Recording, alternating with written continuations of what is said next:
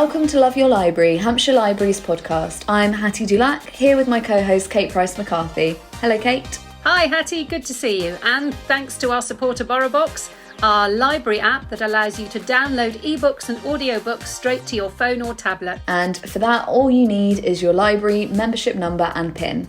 Our guest author this episode is Louise Candlish, who's enjoying a real streak of success at the moment. Yeah, her latest book, The Heights, is just about to come out. Her last book was a huge bestseller, and they've just started filming another of her books for a major TV series. Yeah, we'll talk about that a little bit more in a minute, but we've also been chatting to Anne-Marie from Bordon Library about some of her favourite reads, as well as giving us a bit of an insight into life at libraries now that restrictions have eased. It's so great to be seeing people back inside libraries again, especially now with our annual summer reading challenge in full flow. At the time of recording, an amazing 13,000 children in Hampshire have signed up to take part, and the summer holidays have only just started, so we're looking forward to seeing plenty more. We'll be talking about other library updates later on in the episode, but for now let's hear from our guest author Louise Candlish. Louise is a writer who's had extraordinary success in recent years. She's written more than a dozen books, but it's been a move to psychological thrillers which has brought her to a much wider audience. 2 of her recent books are currently being developed for the screen, including Our House, which stars, among others, the fabulous Martin Compston from Line of Duty, and that's due to hit our screens in a 3-part adaptation in 2022. Yes, and I'm going to be really interested to see the casting for The Other Passenger, which is the other of her books that's being filmed. That came out last year and was also a #1 bestseller. In the interview for this episode, she's talking about her brand new novel, The Heights, which is described as a nail-biting story of revenge, obsession and vertigo. Here's Kate talking to Louise. The interview starts with Louise reading a short piece from the start of the novel.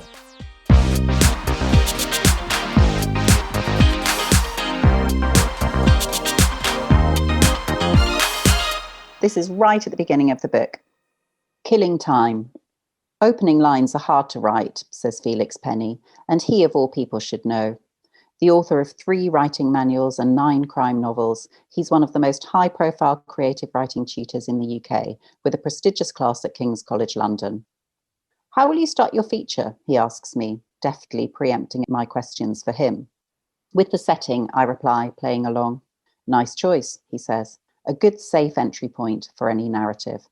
And so, with Mr. Penny's blessing, picture, if you will, a small library on the outskirts of a mid-sized Berkshire town. It's a standard, underfunded community space with scuffed furniture and a pair of antiquated radiators leaking just enough heat to stop the cold from creeping to the bone. Dust motes hover in the thin winter sunlight. I'm here to sit in on a session run by Penny that is fast gaining a reputation beyond these book-lined walls, and, as his students arrive, I count myself extremely fortunate to have so little in common with them. For this is a course designed to explore the impact crime has had on their lives, violent crime for the most part. Take ownership of everything you've been through, Penny urges his class. Dig as deep as you dare. You'll be amazed by the power you have to unearth the missing pieces of your story. I still don't know how to begin, complains one woman, something of a slow starter given that this is the 3rd time the group has met. No one ever knows, Penny sympathises, and he inspires her by reading aloud the first chapter of another student's work, one who is progressing rather better. As he reads, the opening line is a doozy, just you wait, I find my gaze resting on the author. Sharp-boned and fair-skinned, she's not as beautiful as she once was. By my reckoning, she's closer to 50 than 40 these days. But she has a quality to her that's impossible to tear your eyes from. A charisma, a pathos. I recognise the face, of course, and to an extent I already know the story. At least I think I do.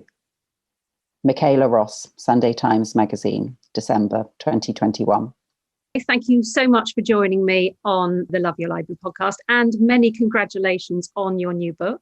Your story, it's got rather an intriguing structure, and that it's primarily Ellen telling her story, but the narrative is framed and intercut by this magazine feature about the writing process. Now, I'd like to talk to you about what that structure has allowed you to do. But first of all, could you tell us a bit more about the story told in Ellen's book within a book? Ellen is writing a true crime memoir in a writer's workshop. And her story involves her parenting of her son, Lucas, who, when the story begins, he's 16. And she's a kind of on the neurotic side of parenting. She's very overprotective. And she's sort of, very in love with her son in that way you sometimes find mothers are, because he's a golden boy. He's extremely clever. She hopes he'll go to Oxford or Cambridge. He's sporty, he's popular, he's good looking. And into his life comes this boy at school who is, as Ellen sees him, an evil influence. She genuinely thinks he's an evil boy, not just a, party animal. And he's come from a troubled background, and he's physically unattractive, and he's extremely rude to her. And so she very quickly loses the closeness that she has always had with her son, Lucas. And after a painfully short time of this boy, Kieran, being in their lives, tragedy strikes. And Ellen and Lucas's father, Vic, find themselves grieving the loss of their son. And they react in a very extreme way. So this is about revenge, this story. And basically the revenge that Ellen takes on her son's best friend. So it's an unusual rivalry. It's an unusual sort of dynamic to have at the centre of a book. And I chose it because it was unusual. I knew I wanted to write about revenge, but I didn't want to follow up excellent books that have been written before, often involving couples or siblings. I hadn't seen that parent, best friend of child dynamic lately. And so I thought I'd tackle that. I mentioned the unusual structure of the book because it meant, as a reader, I immediately had lots of questions and theories about Ellen's story. It kind of raises questions about the accuracy of her narrative, because we know we're not listening to her thoughts, but instead we're hearing her carefully constructed version of events. So was that your intention with this framing? Yes, definitely. I do like to have unusual structures. I love a story within a story, and I've done it before with Our House. But I don't like to do it in a kind of gimmicky, contrived way just because I can. It needs to be integral to, the psychology of the character. So, there's a very good reason why, as the author, I don't present events. I need it to come through Ellen. She's a classic unreliable narrator, but, she's not that unreliable. Maybe she's pretty reliable when it comes down to it. But I needed her to control her narrative because she has a very good reason to want to control her story. And though you are given a glimpse inside someone else's head, she's trying to control what happened. And that's partly her personality, but it's partly reasons to do with the crime plot. And then the Sunday Times journalist who was interviewing her, because Ellen's first attempt at writing is so good that she gets a publishing deal. And so the Sunday Times interviewing her pre-publication, and through the journalist, you might start to get some clues that she's a bit doubtful about Ellen. She's not that impressed with her. She maybe finds her a bit annoying and a bit intense. And so what I guessed would happen with the Sunday Times journalist would be able to voice some of the questions and doubts and opinions that the reader is having as you go along. So you get sort of maybe 10 of these little excerpts from the Sunday Times feature. She describes this relationship between, as you've said, this overachieving son, Lucas, and this new boy at school, who from the outset is described as really every parent's worst nightmare. Could you tell us a bit more how you came to create this character, Kieran? Because in one way, he's so negative, but in other ways, he's very charismatic. He is. He's one of those kids who is very focused on their peers. We all know kids who are incredibly charming with parents, and they tend to be other students' parents' favourites because they just interact up very well. But Kieran is the opposite. He has had a life mostly in care. He doesn't trust good relationships he has had. So his power comes through his interaction with his peer group. So he's hugely charismatic. He's great fun. The fact that he's rude to adults is probably vicariously wonderful to his fellow students in the sixth form. He's just got that edge. He's one of those edgy, cool kids. And the fact that he isn't physically attractive means that his personality has to be even more magnetic to win people over. But he doesn't bother doing it with the parents. And, right from the start, he's very rude to Ellen. And in terms of building his character, I hadn't really made any character notes about any of the main characters. And I hadn't thought an awful lot actually about the teenagers before I started. I was very focused on who Ellen would be and who Vic would be and Ellen's husband, Justin, the three lead adults. So the teenagers developed as I wrote. And then there was a lot of polishing afterwards and layering of some of their physical characteristics and their idiosyncrasies and the body language and some of the things Kieran does. He's one of these people who's always playing with his hair and pulling at his hair. I added that sort of tick later in the process. I didn't know that initially, so I built him up over several drafts. So it's just started off with the rudeness and then added the kind of coolness, because I've always found the most sinister baddies, the ones who are quite mildly spoken, kind of all-knowing, rather than someone who's violently physical and volatile. I actually find very mild-mannered people, baddies, more sinister. So he's very much in that mould. As we've talked about, it's made pretty clear from the start that this friendship ends in disaster, and of course with the death of Lucas. And Ellen's grief and loss is quite a constant throughout the book. And this isn't the first time you've written about this kind of loss, and it's extremely moving to read. Is it incredibly hard to write?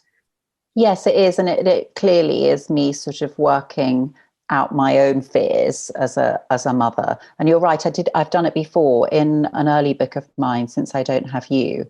A small, much younger child is killed in a school trip accident. I found that much more of an emotional process. I was a much less experienced writer. I was almost method writing that book and would often be in tears. But by now I'm much more experienced. I can sort of disconnect, but still hopefully have the authentic emotions. But also I was very focused on the plotting and the structure of the book. And so I didn't allow myself a huge amount of time to go really deep into the emotions. I just used my imagination and my own worst fears. And there is something particularly hard, I think, about losing a teenager of that sort of age. He's 18, 19 when he dies in the book. Right at the beginning of adult life, you've literally just waved off. You've done your job. Maybe you're not a perfect parent, but gone off to university and all of life is ahead of them and they're independent now. And so for that to be cut short, I think is just, the most appalling tragedy. So just thinking about it, I could immediately connect with the emotions. I think it's really going to resonate with parents of teenagers. And we just launched it actually last night. And my two special guests, Lisa Jewell and TM Logan, we discovered that we each have an 18-year-old. There's not going to be a single parent who won't identify with it. And hopefully they haven't been through a similar experience, but they certainly would have at some point encountered that fear that it could happen, I think. Now, you've talked about how revenge is a really strong theme within the book, but I would have also said the idea of forgiveness is as well. Is that an issue that you were keen to tease out as well as the revenge? Yes, well, there's a line in the book, probably about 7/8 of the way through when Ellen is addressing the reader and she says, "Oh, you might be surprised that this is the first time I've used the word forgiveness," because she simply won't entertain the idea of forgiveness. She, in the opening, I think it's the first or second page of her narrative, she says, "I know that when I say this, my daughter is revolted, but I will never forgive him. And I mean never." And she carries that through right to the end. I find it really fascinating because to me it seems, it must be the case that the only way to deal with a tragedy like that is to somehow make peace with it. Not necessarily to go through any kind of restorative justice system and get to know the perpetrator or even put yourself in his shoes, but certainly to attempt to forgive, I think must be a big part of the process. But she's simply not willing to do that. Her former partner, Vic, who's Lucas's father, he's more open to that idea, as is her husband, Justin. But she is a hardline, unforgiving, grieving mum. It's awful listening to you because I'm so realise how much Ellen is like me, overprotective mother, never be able to forgive. Yeah, I would be very hardline. But then we're not. I mean, hopefully we'll never be tested, and that's the great thing about sort of psychological thriller or drama like this, is that you can work through those feelings and you can relate them directly to your own family and your own life. But mercifully, the vast majority of us will never be tested. We'll never actually have to find out whether we could forgive in that situation. I sincerely hope we'll never have to find out. Ellen's doing it for us. Well, exactly. And I'd say that's something that your books excel at, is putting ordinary people that we can relate to in these extraordinary situations and seeing where we could think, how would I have reacted? Would I have done the same thing? Now, another recurring topic in this book is Ellen's, I'm going to call it fear of heights. It's not so much acrophobia, but the weird sensation that some people get as this urge to throw themselves from high places. And it's a great device to have within the plot. And it also gives us quite an interesting insight into Ellen's psyche. So can you tell us a bit more about this weird phenomenon? Because there is actually a technical name for it, isn't there? Yes, absolutely. First of all, I suffer from it myself. So I've been waiting for an opportunity to use it in a book. And in fact, I have had another character who had a fear of heights, but as I remember, she didn't feel the urge to throw herself off cliff tops or roof terraces. So yes, it's called high place phenomenon. And the French call it l'appel du vide, call of the void, which is much more romantic sounding. And that's the label Ellen prefers to use because she's quite artistic. And it's basically a form of anxiety. It's an intrusive thought where when you are in these situations, and it will be an open high place. So it wouldn't happen if you were, in one of those skyscrapers with floor to ceiling glass. It wouldn't happen there. It happens when you're, say, on a pier or on a lighthouse or a roof terrace or anything where there's a barrier that's quite low, a sort of balcony, that kind of thing, and where generally the drop would be fatal if you were to lose control and give in to this strange intrusive thought. So yes, you just have to manage it. And I find that it's best not to put myself in that situation in the first place. But if I am, I wouldn't give in to the urge. But it really is a powerful feeling. If you lost control, you could just step off this right now and then you'd be dead. That's how your mind speaks to you, and you have to talk yourself down. I'm not sure what the official figures are, but because I always thought it was maybe, say, 1 in 20 who have it. But the other night I was out with my publisher for a dinner, and there are about 10 of us and 2 of us have it. So when I do events, I find that quite a few people have got the same urge. So I think it's maybe 1 in 5 in reality, but we just don't know what it is. And in a kind of, milder, more comic form, it might be that feeling you get, which again, I get all the time. Say I'm walking across a bridge over the Thames, I might have the urge to throw my bag over the bridge into the water. And it's like a self-destructive urge because you wouldn't be harmed, but your day would be ruined. It would be a nightmare. But you have this urge. It's true. To people listening who don't have it, they must think, God, she's a lunatic. But it is more common than you'd think. It's a weird one, isn't it? Because how can that possibly help us survive as a human race, that urge to do that? Yeah, it's a dysfunction. And in terms of the book, it's a great metaphor for Ellen. It represents so much of what she's struggling with. The bottom line in this book is that she takes knee-jerk, perfectly justifiable and primitive emotions, and rather than feeling that initial anger and then moving on, she acts on them. And so I think that this urge to jump she's exercising more control over that than she is over more justifiable emotions. She was an interesting character to write. She's quite complicated, but there's enough of her, I think, that we can relate to. But she's definitely slightly malfunctioning. It must be an incredibly exciting time for you with the new book out. And I see they've just started filming one of your earlier books, Our House, with a fantastic cast. And that's going to be out on ITV next year. So could you tell us something about that process? And has it been like a dream come true for you? It has. I mean, I've had a few books optioned for the screen, and sometimes the producers will, they'll do everything they possibly can to get a commissioning editor or a broadcaster interested, and it just bites the dust. I think the success rate is I don't know, 1% or something for books are optioned. It's very, very low. So when you get the exciting news that your book's been optioned, you have to celebrate it for what it is rather than genuinely expecting it to happen. But this genuinely did happen. And so, I know I'm very lucky. The team at Red Planet Pictures are so good. And I did have a sense that it might happen because they had an amazing writer on board right at the beginning, Simon Ashdown. He just got the book so brilliantly. And I just felt like if anyone was going to do it, they would do it.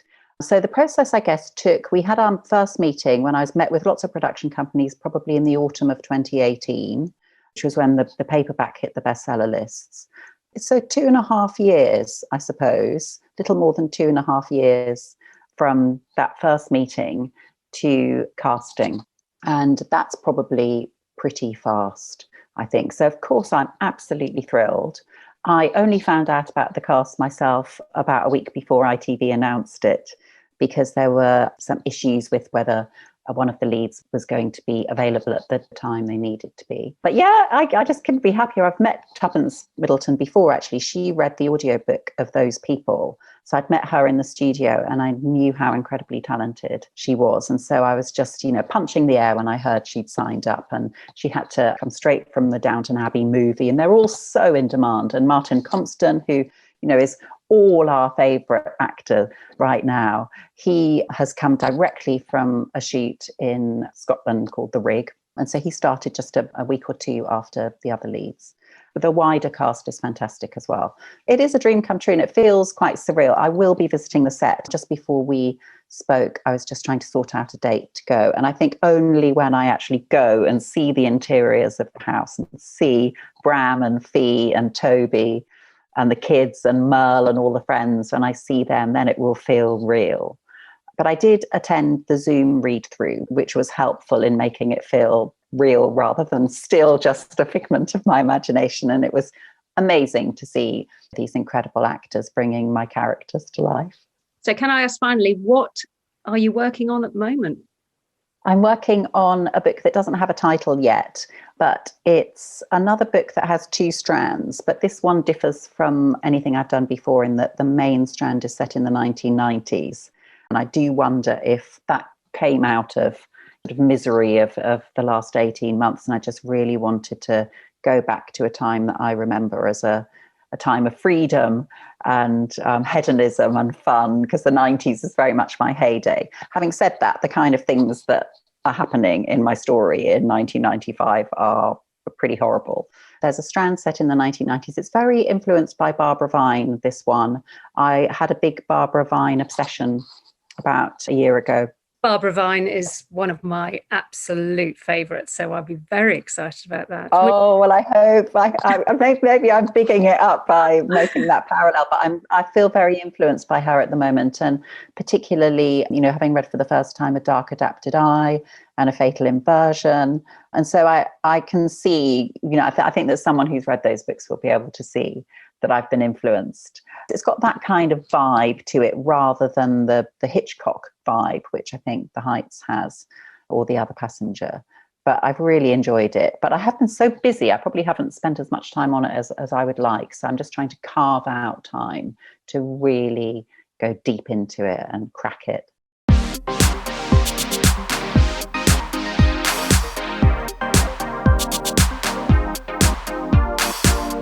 I also really enjoyed the coincidence that this book and one from another of our recent podcast interviews both open obscurely at St Saviour's Dock in London. You might remember Philippa Gregory's book was also set there, although a few hundred years earlier. I love that kind of spooky coincidence. Okay, so on to the next section of the podcast, for which we're joined by Anne-Marie from Bordon Library to talk about her reading recommendations and what life is like at this Hampshire library. We'll include links to the books we mention in our episode show notes. Welcome to the podcast, Anne-Marie. Thank you, Kate. Hello, Hattie. Nice to be back. You might remember when Anne-Marie joined the podcast last year when we talked about Lem Sissay's memoir, My Name is Why. You'll find that podcast on our back catalogue. It's the one with the interview with Heather Morris back in September 2020. So, Anne-Marie, tell me what life is like in Bordon Library at the moment. For instance, have baby rhyme times resumed? Yes, they have. In fact, we have one this morning that was very well attended, very lively and very fun. Now, I'm guessing you've got quite a few children as well coming in for the Summer Reading Challenge. Yes, we have. We've had 14 finishers that I can think of and more signing up. I was looking up at the statistics. I think there's about 200, if not more, who've signed up to take part. And the theme this year is Wild World Heroes, which is all about sort of ecology and conservation and stuff like that. What do you think of that theme? I like that one. And we've linked up with Deadwater Trust to do a few things as well. That they run the local nature reserves around Bordon. That's a lovely idea. So you've said you've had quite a few finishers already. Let's hope more to come. Yes, I'm sure more to come. We've still got a long way to go and summer holidays have only just started. Anne-Marie, we asked if you had any book recommendations that you wanted to share with us. Would you like to tell us about the book you've chosen? What's it called and what's it about? The book I chose, and you have no idea how difficult it is when you're a book lover to choose one, is Eva Ibbotson's The Secret Countess. And it's about a Russian countess. They leave after the Russian Revolution, they have to. Their beautiful jewelled world falls apart. And then she goes into service at an English country house because she wants a job and that's where's hiring. And so basically we have a countess working in the servants' quarters. Yeah, no, I was just going to ask about when you discovered it for the first time. I discovered it at secondary school. I was 12 or 13, I think, when I was looking for something to read, picked it up off the shelf, read the blurbs, saw that it was a historical novel, and it lived in my book bag for about the next 2 months until I had to give it back. What did you like about it at the time, and is it one that you've reread? Oh, it's definitely one I've reread.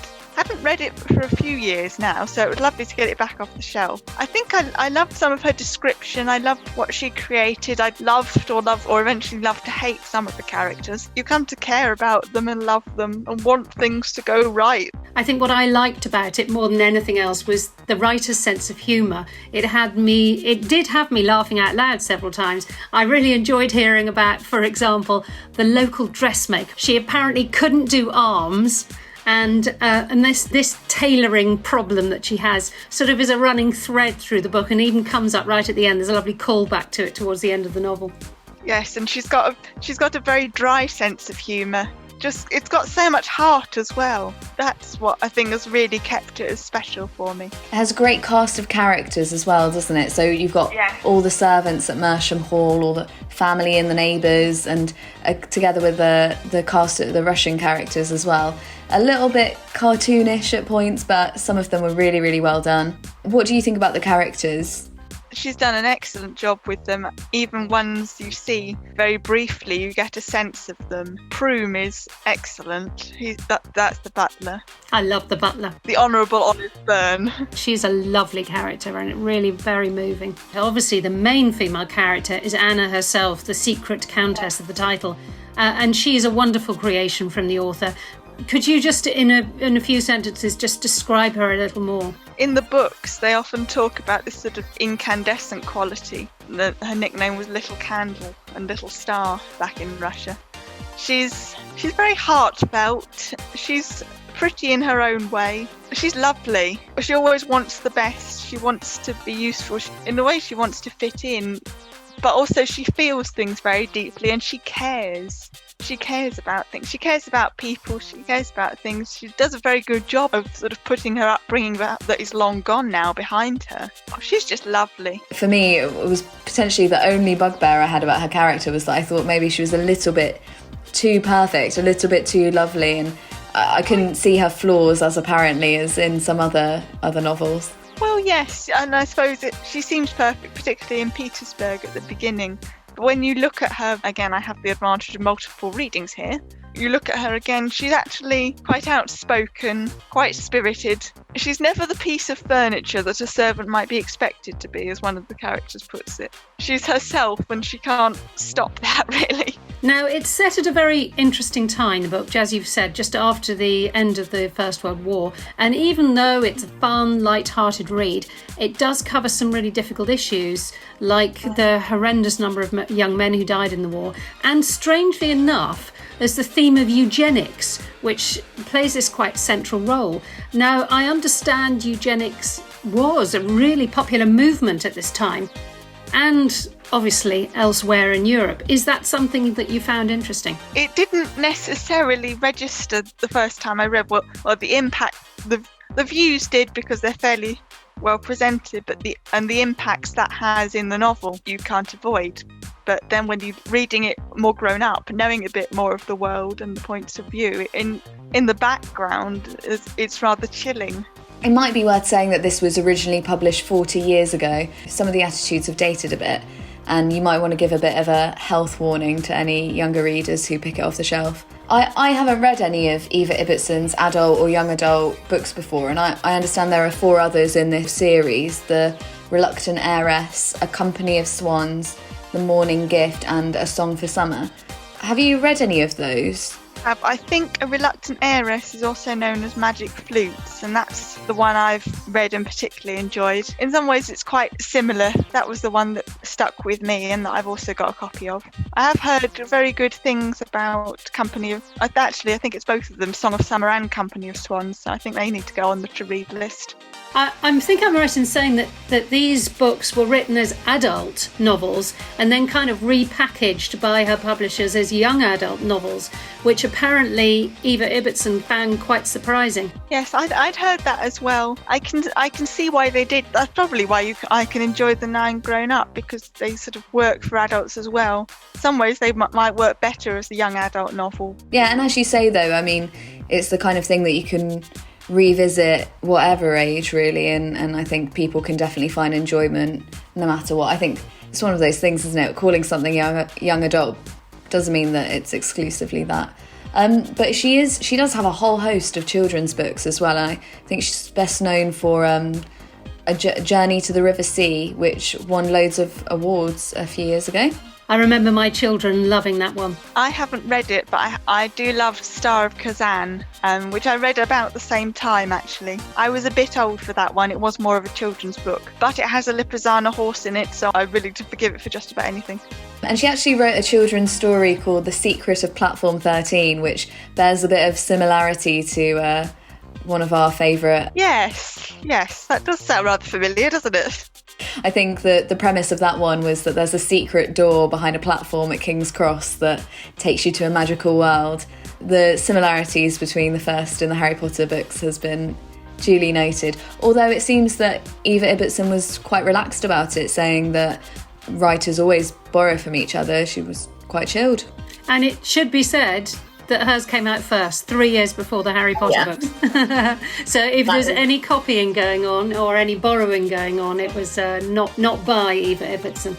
And Kate, you were talking about the fact that it's set just after the war, and particularly just after the Russian Revolution, and also more explicitly the impact of the war. I mean, Rupert, the Earl of Westerholm, one of the other main characters, he was in the Royal Flying Corps. He loses his brother on the Somme. In fact, very early on in the book, they sort of do almost the death roll of Mersham, and you've got a hall boy who lies about his age, a gardener's gone, the maids have all gone to work in factories. Rupert's twice lucky to be alive. The Royal Flying Corps did not have a long life expectancy, and he makes it all the way through. I was really interested to see how much of her own life influenced her writing. I mean, obviously she grew up through the Second World War, but you can see that it's the same sort of themes of destruction and escape that she experienced in her own life come through in her writing, because she came from a Jewish family and had to escape Vienna in the 1930s. And apparently this journey is a kind of theme which crops up in a fair number of her books, and I think you can see reflected in this book too. Are there any other books that you've read recently that you'd recommend? Yes, more an adult book, but it's by Rachel Hore, A Beautiful Spy. It's set in 1920s, 1930s, with a young lady being recruited to spy on communists in England. We always think about the SOE and the spying element in World War II, but this is a pre-World War II spying activity going on. But it isn't just a gung-ho James Bond sort of spy novel. It really gets at the emotional and personal cost of that job, which I haven't seen in other books. Oh, and of course, House at Riverton, set in another country house, in some ways similar, again adult. I love that as well. Don't be put off by the dark blurb. The book is far less dark than the blurb makes out. That's Kate Morton. It was her first one. Did she write The Lake House? Is that or am I thinking of another author?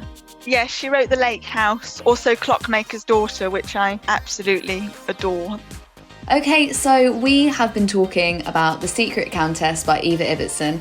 Thank you so much for that recommendation, Anne-Marie, and we'll look forward to seeing you in Bordon Library sometime soon. Thank you for having me. It's been a pleasure.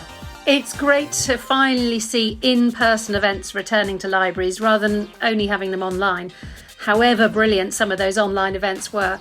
There's some comedy coming up with shows from Alfie Moore and Mark Watson in September. I really enjoy Alfie Moore. It's a fair cop on Radio 4, so I really want to go and see him there.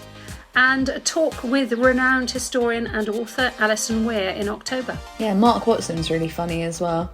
Take a look at our events pages on the Hampshire Library's website for more information about these events, where you'll also find details of our Scrabble and our knitting drop-in sessions, which have now made a welcome return.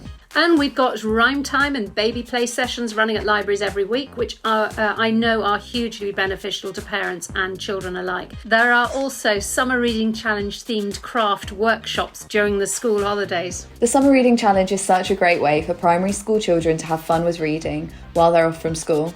And it's fantastic that so many have signed up already. I reckon 13,000 children must be about 1 in 10 primary school age children in Hampshire. And as of the time of recording, there's still loads of time to join, as the challenge runs right up until the 18th of September. You can sign up through our website, where you'll also find lots of puzzles and activities. And don't forget, everyone who takes part will have a chance to win a Samsung Galaxy tablet. Now, with the Olympic Games coming to a close, you might be missing your daily dose of sports action. But if they've inspired you to read something sporty, you'll find a really good range of suggestions in one of our library blogs this month. You should be able to find it easily enough by searching for Hampshire Library's blog, but we'll include a link in our show notes just so you don't miss it. I love some of the suggestions included in the blog. For example, there's Marcus Rashford's book, You Are a Champion, which is apparently just as inspiring for adults as it is for children. You'll also find information on our blog about August's Author of the Month at Hampshire Libraries. This time it's Ian McEwan.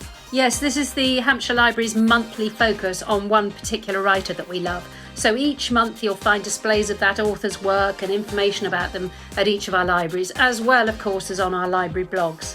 Okay, so now for a roundup of a few titles included in our unlimited collection on BorrowBox for the month. These are ebooks and audiobooks, which you don't have to wait to download to read or listen to, even if loads of other people have borrowed them. You'll find the list on our podcast notes. So one of them is a Love Your Library favourite, T.M. Logan, who we featured in the May edition of the podcast.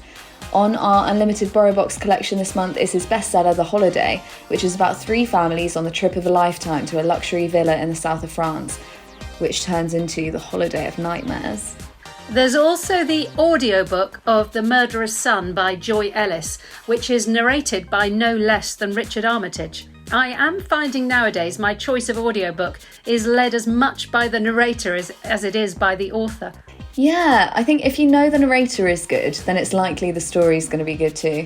The publisher's clearly got confidence in a writer if they're investing in the voiceover talents of someone of Richard Armitage's profile. As always, one of the featured titles for August is also our virtual book club choice. You'll find links to this online reading group on the Hampshire Library's Facebook page. This month it's the intriguingly titled The Girl Who Reads on the Metro by Christine Ferré-Fleury, a French novel, translated thankfully, about the power of books and an enchanted bookshop. What more could you want? So download the book and join the conversation through our Hampshire Library's Facebook group. And that's it for our pick of BorrowBox for the month. Yes, and thanks once again to BorrowBox for supporting this podcast. Don't forget you can use BorrowBox to download audiobooks and ebooks for free with Hampshire Libraries. Thanks for joining us for this edition of the podcast. I'm Kate Price-McCarthy. And I'm Hattie Dulac.